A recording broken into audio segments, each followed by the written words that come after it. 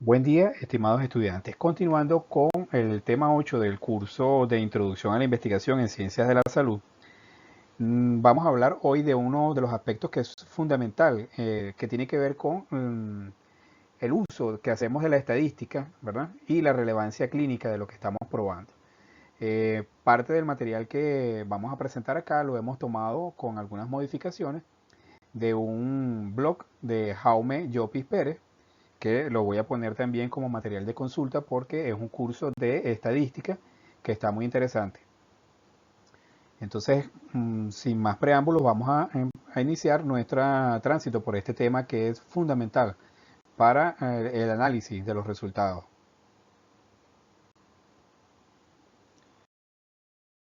Fíjense que en la estadística generalmente se trabaja con una significación que es fundamentalmente matemática, es decir, estadística. Y es una significación de tipo formal, es decir, una significación sin un contenido específico. Mientras que la significación clínica, ¿verdad? Económica, biológica, psicológica, lingüística, ¿verdad? Trata de una significación material, es decir, con contenido. Eh, y eso va a depender, la relevancia, por ejemplo, en el caso específico de la salud, va a depender de factores como la magnitud, la gravedad, la frecuencia, la vulnerabilidad y el costo de lo que nosotros estemos ensayando, de lo que estemos probando, ¿verdad? Por ejemplo, la magnitud del evento o su gravedad, la frecuencia con la que se presenta un evento de salud en la población o la vulnerabilidad que él puede causar en la misma población. También pudiera estar asociado con el costo que genera o con el costo de las intervenciones que estamos probando para atender un problema de salud en particular.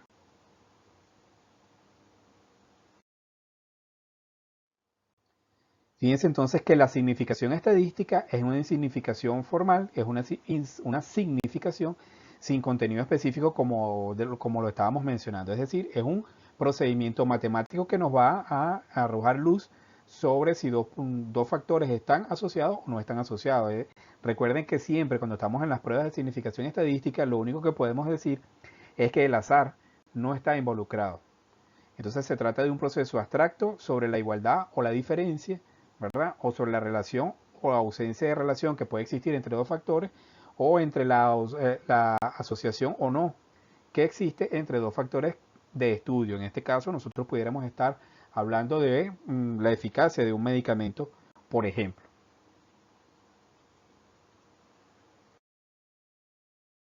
Por su parte, la significación material es aquella que tiene contenido, es decir, que tiene una significación para la vida.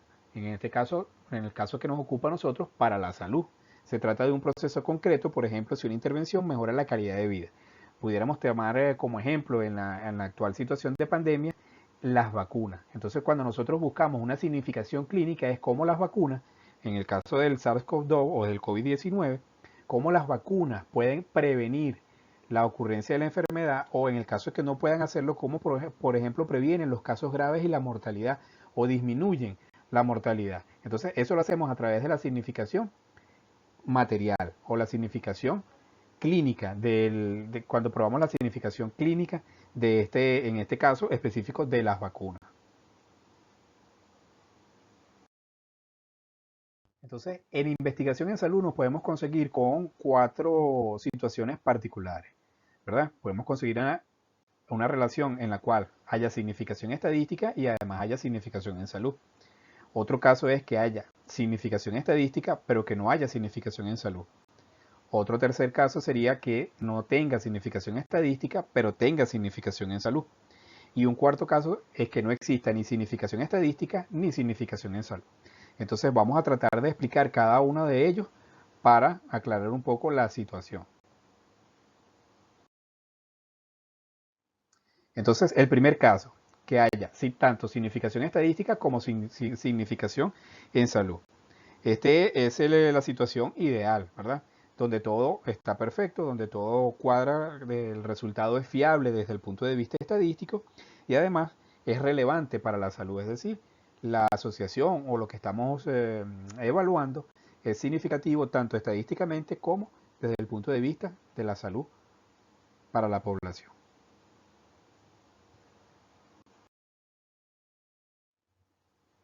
El segundo caso es que tengamos una relación, ¿verdad? O una asociación que tenga significancia estadística, pero que no tenga significación en salud. El resultado desde el punto de vista estadístico matemático es fiable, es decir, el azar no está involucrado en esa asociación, sin embargo, no es relevante para la salud. Por lo general, en este tipo de estudio, en este tipo de situaciones, eso significa que no se continúa con el estudio. ¿Por qué? Porque el resultado no tiene trascendencia para la salud o no tiene impacto positivo para la salud.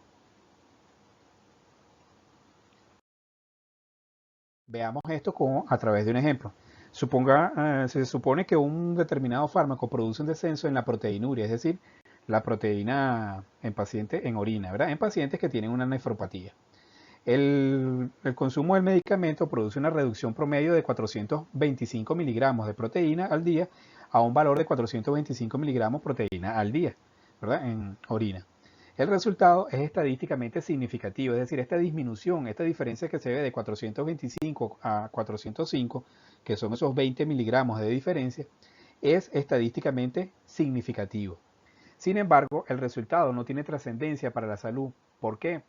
Primero, por los efectos secundarios que produce el medicamento y segundo, porque no disminuye el daño renal. Entonces, aunque tenga significación estadística, para la salud no tiene significación en salud.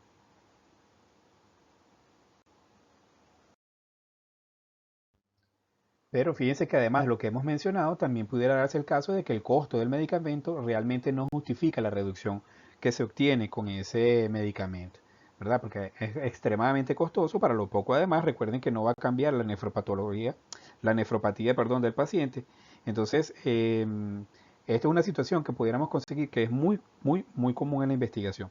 Y entonces es necesario tenerlo en cuenta porque a veces se piensa que el objetivo último y único es nada más probar la significancia estadística del estudio, lo cual es un error muy frecuente.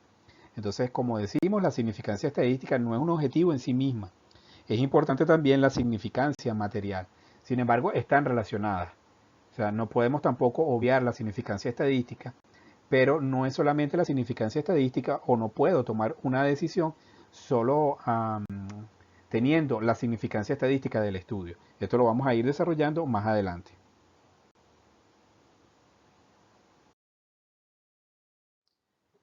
El tercer caso es cuando no tenemos significación estadística, pero tenemos significación en salud, aunque muy poca. Desde el punto de vista estadístico, los resultados son poco fiables de momento, ¿verdad?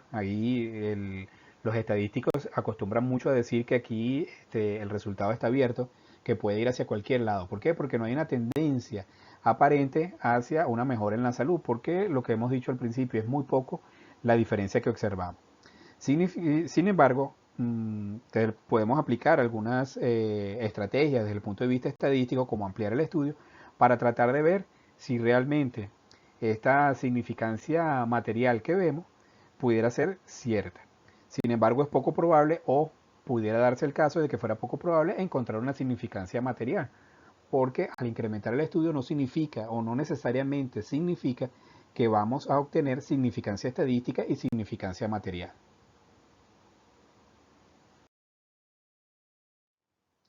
Esta es la situación más frecuente en investigación en salud y por supuesto genera mucha incertidumbre porque los investigadores estamos como atrapados, ¿no?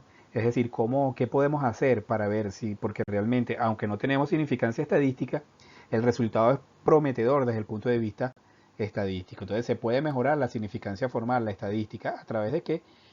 A través de lo que pudiera mejorar la significancia material. ¿A través de qué? A través de, bueno, de técnicas estadísticas que me permitan eh, eh, mejorar u observar una significancia material. Veamos también aquí un ejemplo. Por ejemplo, si tenemos el infarto agudo del miocardio, se utilizan diferentes protocolos de atención. Se comparan dos protocolos para la atención del infarto agudo del miocardio, obteniendo como variable de resultados la muerte o la no muerte, ¿verdad? La muerte o la sobrevida.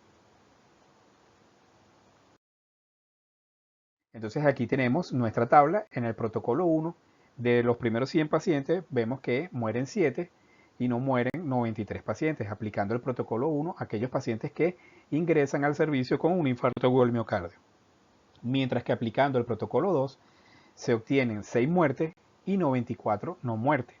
Es decir, aplicando el protocolo 2, se obtienen 94 sobrevida o 94 pacientes con sobrevida. Al aplicar nuestra estadísticos, obtenemos que el protocolo 1 produce 7% de muerte, mientras que el protocolo 2 produce 6% de muerte. Al hacer la comparación de estas proporciones, ¿verdad? Obtenemos un P de 0,77. Si lo hacemos para un 5%, que es lo que habitualmente se trabaja, decimos que no es significativo, porque además el odds ratio, ¿verdad? La razón de oportunidades nos da 1,18 con un intervalo de confianza del 95% de 0,38 a 3,64. Como ustedes recordarán, si va de 0,38 a 3,64 significa que en algún momento el 1 está incluido dentro de esta posibilidad, lo cual hace que el resultado no sea significativo. Entonces, por supuesto, reiterando lo que acabamos de decir, la conclusión estadística es que no hay una relación entre el tipo de protocolo y el éxito, ¿verdad? No puedo rechazar la hipótesis nula, es decir, no puedo decir que el azar está involucrado en este resultado que me dio.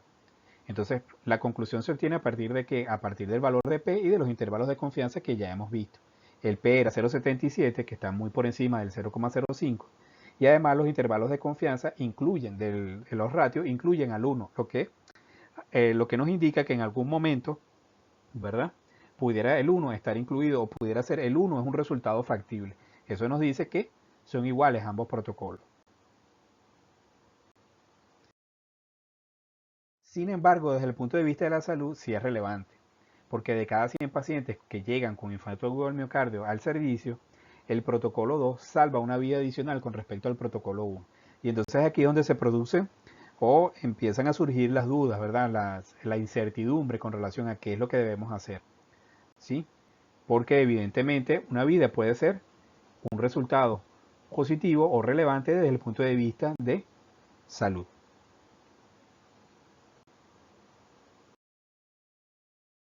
Entonces un resultado con relevancia en salud, pero estadísticamente no significativo. Si no es estadísticamente significativo, no podemos decir que el protocolo 2 salva más vidas, ¿verdad? ¿Por qué? Porque no podemos descartar el azar, es decir, no podemos descartar que ese resultado haya sido producido simple y llanamente por azar. De ahí la importancia de la estadística. Sin embargo, seguimos teniendo la incertidumbre porque una vida es importante desde el punto de vista de salud, es decir, es un resultado estadísticamente no significativo, pero clínicamente sí es significativo.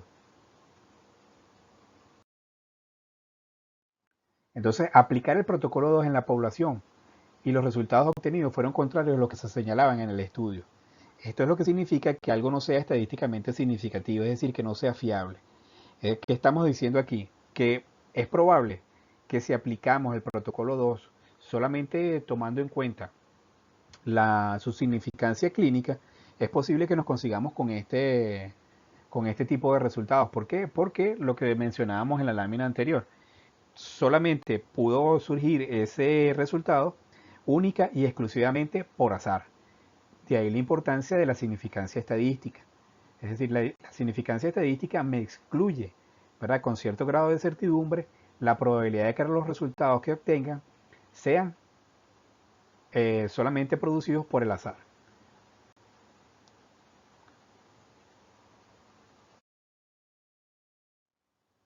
Entonces, ¿qué podemos hacer? Bueno, la respuesta estadística es aumentar el tamaño de la muestra. Al aumentar la muestra, la diferencia puede disolverse y puede que no exista o que es tan pequeña que ya no es significativa para la salud. ¿Ve? Por eso es que no podemos asumir el resultado desde el punto de vista de la relevancia clínica. Aunque nosotros tengamos la relevancia clínica, la relevancia estadística siempre o la significancia estadística siempre va a ser importante. Segundo, es la segunda opción que podemos tener. Al aumentar la muestra, pasa ya a ser significativa estadísticamente. Entonces tiene significación estadística y significación para la salud. Es decir, estas son las dos alternativas que pudiéramos conseguir cuando aumentamos el tamaño de la muestra, lo cual vamos a ver a continuación a través de un ejemplo. Entonces la respuesta estadística, ¿cómo aumentar el tamaño de la muestra? ¿Verdad? ¿Qué es lo que se recomienda desde el punto de vista estadística? Bueno, uno es mediante estudios multicéntricos, es decir, estudios que se hacen en diferentes centros de salud, con lo cual pudiéramos incorporar un mayor número de pacientes al estudio. Y también mediante el metaanálisis, que es una técnica estadística que se utiliza sobre resultados de ensayos clínicos pequeños para incorporarlo, ¿verdad? A través de toda una técnica estadística que requiere de el cumplimiento de ciertas condiciones para ir incrementando el tamaño de la muestra y poder entonces hacer comparables los resultados de cada uno de estos ensayos y obtener una conclusión en función de la relevancia clínica, que es lo que nos interesa en el ejemplo que tenemos aquí. Entonces veamos acá la primera situación. Dijimos que el protocolo 1 producía un 7% de muertes, el protocolo 2 un 6% de muertes, el P era 0,77, el ratio era 1,18 y los intervalos de confianza eran, para el 95% era de 0,38 a 3,64 el ratio. Entonces aumentamos, multiplicamos por 10 la muestra, ¿verdad? A través de las técnicas que ya hemos visto, puede ser con el incremento con un estudio multicéntrico o a través de un metaanálisis. Y entonces elevamos ahora a 1000 la cantidad de pacientes. El protocolo 1 sigue produciendo 7% de las muertes y el protocolo 2 6%, solamente que al elevar el número de la muestra, ahora son 70 muertes en el protocolo 1 y 60 muertes en el protocolo 2. Veamos qué nos arrojan los resultados estadísticos en este caso. Fíjense entonces que ahora la P se disminuyó un poco, ¿verdad? Al 0,36, el ratio sigue siendo 1,18, pero los intervalos de confianza también se modificaron. Ahora es de 0,86 a 1,68. Sigue siendo desde el punto de vista estadístico, no es suficiente, es decir, seguimos teniendo incertidumbre, no presenta significancia estadística, aunque sigue presentando significancia material. Es decir, el protocolo 2 sigue siendo más efectivo, ¿verdad? O más eficiente, más eficaz, perdón, para disminuir la mortalidad para el infarto agudo al miocardio. Ahora, en vez de multiplicar por 10, la multiplicamos por 100, ¿verdad? Seguimos haciendo nuestro estudio, ya sea multicéntrico o a través de los estudios metaanálisis, y entonces ahora la llevamos a 10.000. Y en este caso el protocolo 1 sigue produciendo 7% de las muertes y el protocolo 2 6% de las muertes. Solo que al elevar el número de población, ¿verdad? O nuestra muestra, entonces ahora tenemos que el protocolo 1 se producen 700 muertes, mientras que en el protocolo 2 se producen 600 muertes. Veamos sus resultados desde el punto de vista estadístico. Entonces aquí lo tenemos. Cuando multiplicamos por 100 la muestra, obtenemos que el P ahora es de 0,04, es decir, hay significancia estadística. El odds ratio es de 1,18 y los intervalos de confianza del 95% es de 1,05 a 1,32. Es decir, ya no incluye el 1. Es decir, también los intervalos de confianza para la asociación del efecto son significativos desde el punto de vista entonces estadístico. Entonces hay relevancia clínica y hay relevancia estadística. En este caso, entonces veas cómo pudimos obtener un resultado estadístico confiable desde el punto de vista estadístico y también confiable desde el punto de vista o que tenga relevancia clínica, que es lo que queremos. Es decir, pasamos de una situación 3 a una situación 1. Ambos tienen tanto relevancia estadística como relevancia clínica.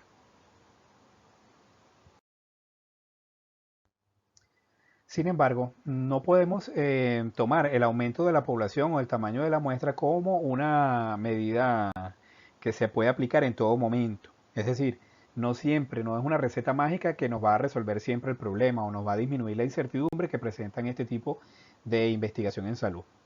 Fíjense que aumentar mucho el tamaño de la muestra también puede, en algunos aspectos o en algunos momentos, pudiera conducir a resultados que no tengan significación en salud por dos aspectos fundamentales. Primero, porque el costo es muy elevado. Es decir, la mejora que se obtiene realmente es muy poca para el costo económico y social que supone. Esto tiene que ver a lo mejor con el costo de una nueva alternativa terapéutica, un nuevo medicamento, una nueva alternativa terapéutica. Es decir, implica mucho dinero, mucha inversión monetaria para lo que se obtiene como beneficio.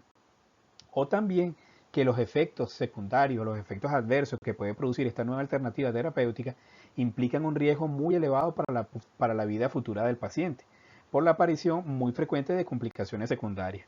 En nuestro ejemplo pudiéramos decir a lo mejor que ese protocolo número 2 pudiera tener complicaciones que comprometen la salud del paciente a futuro.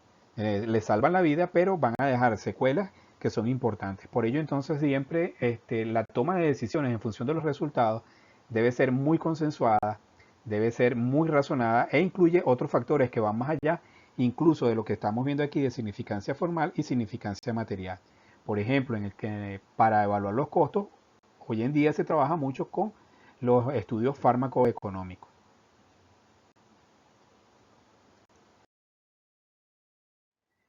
Entonces, el papel de la estadística siempre va a ser valorar la significancia formal. Eso es lo único que nosotros podemos estar seguros.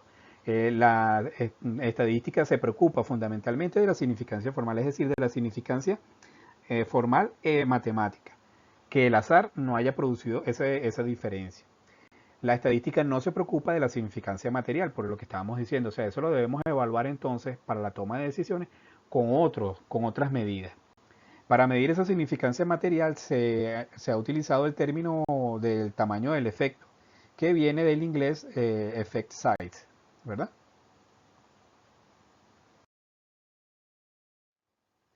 Para determinar la significancia en salud también se pueden utilizar, o el efecto, ese tamaño del efecto, la reducción relativa del riesgo relativo, que es una medida muy útil. Por ejemplo, reducciones del 50 y del 25% pueden ser importantes para una alternativa terapéutica.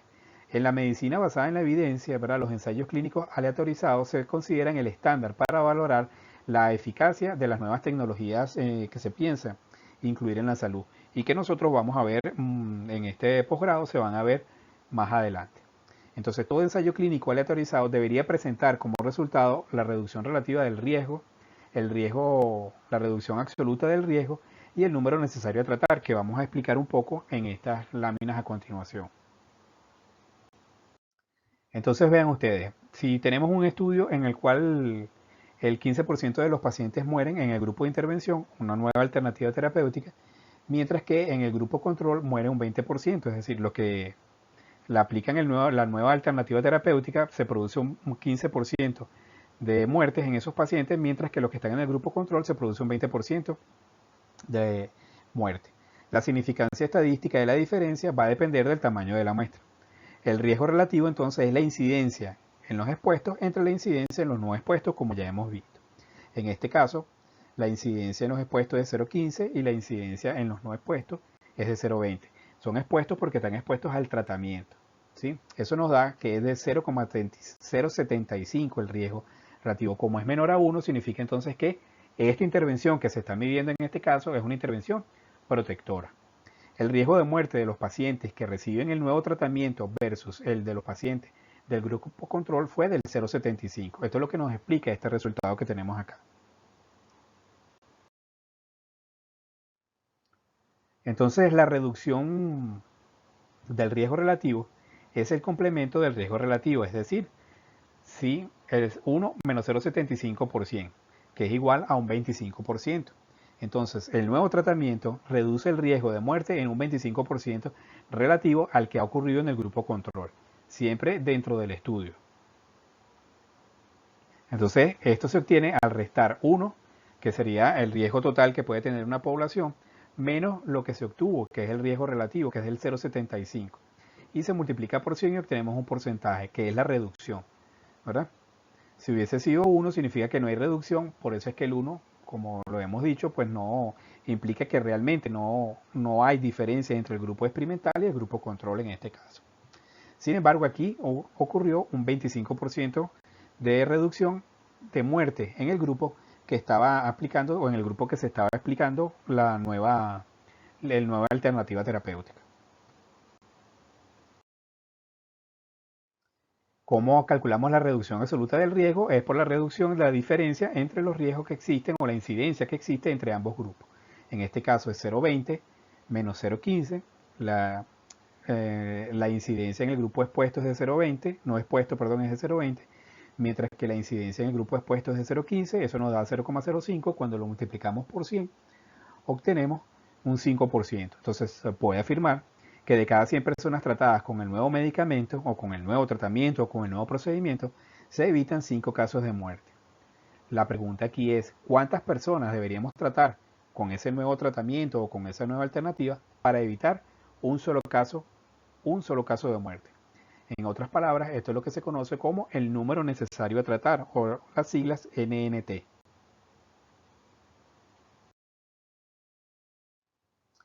Este número necesario a tratar se obtiene dividiendo 1 entre la reducción absoluta del riesgo, que como vimos era de 0,05. Cuando dividimos 1 entre 0,05, eso nos da 20. Entonces es necesario tratar a 20 pacientes con el nuevo tratamiento para evitar un caso de muerte.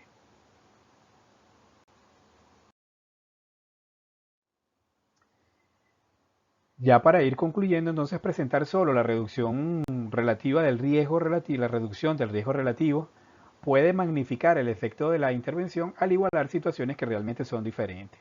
Entonces, cambios pequeños en el riesgo basal absoluto de un hecho particular van a producir grandes cambios en el número necesario a tratar.